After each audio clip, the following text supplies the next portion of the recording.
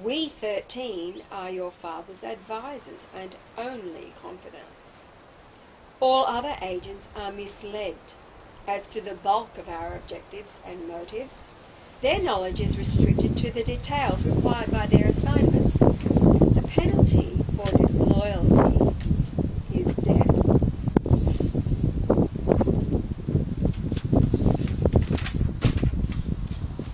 The Council is invaluable for propagating our policy decisions to our entourage without revealing our motives and strategy. In many instances, policy can be successfully sold to our entourage and thus transmitted to the multitudes by merely airing it along with appropriate rationalizations in a single or inspiring session of the Council. The informal power of the Council is such that our policy manipulations are usually attainable without the clumsy exercises in brute power that invariably snag the independent power seekers.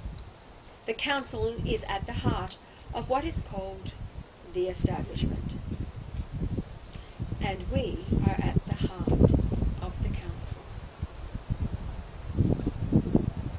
At the Council's inception, we worked hard to attract the successful of all fields with all the prestige that our money power could buy.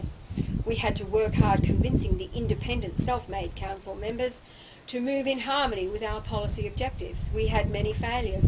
Now everything is changed.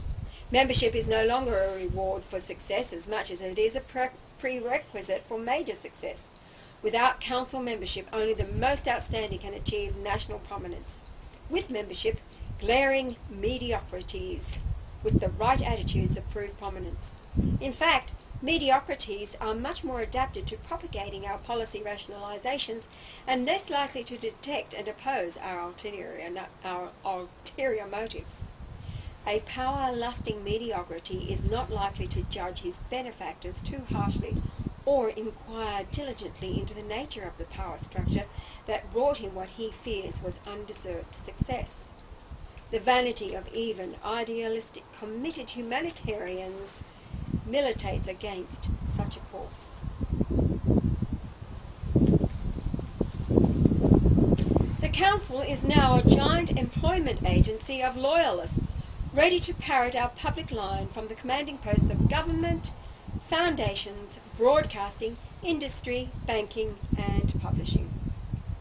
Although Council members are encouraged to take sides and bicker over the diversionary issues we create to entertain and enfeeble the populace, their solidarity in defending our power structure, root and branch, when pressed, is a sight to behold. And to think that most see themselves as righteous defenders of the public good, while they dismiss whispered rumours of our power structure as kooky paranoia. Classical secret societies with elaborate circles within circles no longer play a major role in finance capitalist power structures. Most wide membership secret societies have degenerated into middle-class excuses for escaping the wife and kids once a month for the company of men. But secret societies were a major weapon of our bourgeois forebears in their struggle with the old feudal order of kings and princes. Under authoritarian despotism of the old style, the secret society was the only place a free-thinking man would express himself. Through threats of exposure, loyalty oaths, patronage, deception, and rewards, we bound such malcontents into a fierce force for our revolution. The multitude of degrees, occult mumbo-jumbo, and vague humanitarianism concealed the real goals of our secret societies from the bulk of the membership. The roles of the illuminated Masonic lodges in European revolutions were decisive in our final victory over the old order. I now will yield the floor to Professor Y, who will discourse on the real secret societies, the modern finance capitalist state, the national security institutions, and intelligence agencies. CIA. Tell me about it. Are we loving this or what? Is this not just what we've always known? Here's a why on covert operations and intelligence. In our fully developed state capitalist systems, we have found absolute control of governmental intelligence gathering and covert operations to be vital.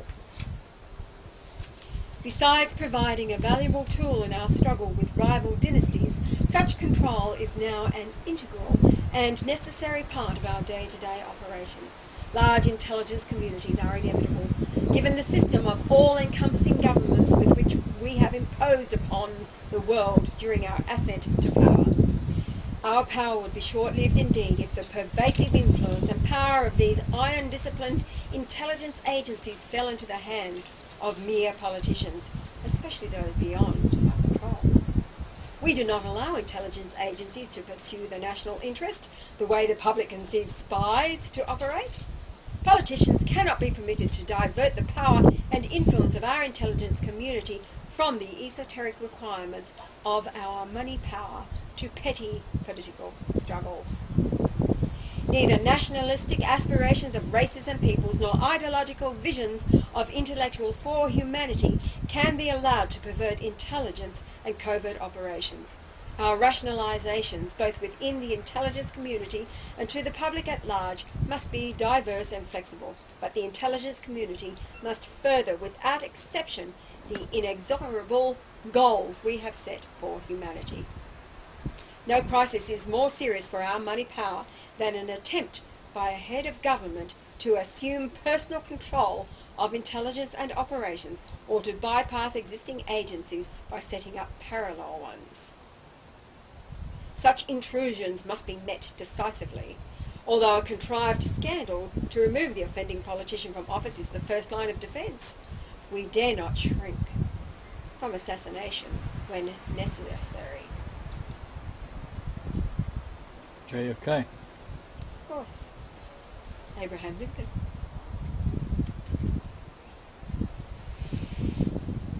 Perhaps the most accurate overview of our intelligence community can be achieved by visualizing it as a nationalized secret society. Our predecessors in their struggle against the old order of kings and princes had to finance secret societies such as the Illuminati, Masons, German Union, etc., out of their own pockets. At great expense and risk, such secret societies were able to infiltrate the major governmental and private institutions of the nations that our noble predecessors targeted for takeover by the money power. Such bureaucratic takeovers are expensive and time-consuming. They can be considered complete only when promotions, raises and advancements are no longer based on objective service to the stated organisational objectives, but are in the hands of the infiltrating group and its secret goals. How much easier it is for us, the inheritors of a fully developed state capitalist system. By appealing to national security, we are able to finance and direct secret societies of a colossal scope far beyond the wildest dreams of our path-breaking predecessors. Besides the benefits of public financing reaped by these nationalised secret societies, we obtain a decisive advantage from the fact that our spook operations are sanctioned by law. Maintaining discipline, loyalty and secrecy is no longer solely a matter of propaganda, blackmail, patronage and intimidation. Although these remain important tools, especially in emergency cases, ordinary discipline among initiates, now called agents, can be encouraged by appealing to patriotism and can be enforced in courts of law by prosecuting national security violations. As massive as our intelligence community has become in itself, we still operate strictly on the finance capitalist principle of leverage. Just as a rational finance capitalist never owns more stock in a corporation than the bare minimum required for control, intelligence operatives are placed only in as many key positions as are required to control the target organisations. Our goal, after all, is agent control of all significant organisations, not intelligence community membership for the entire population.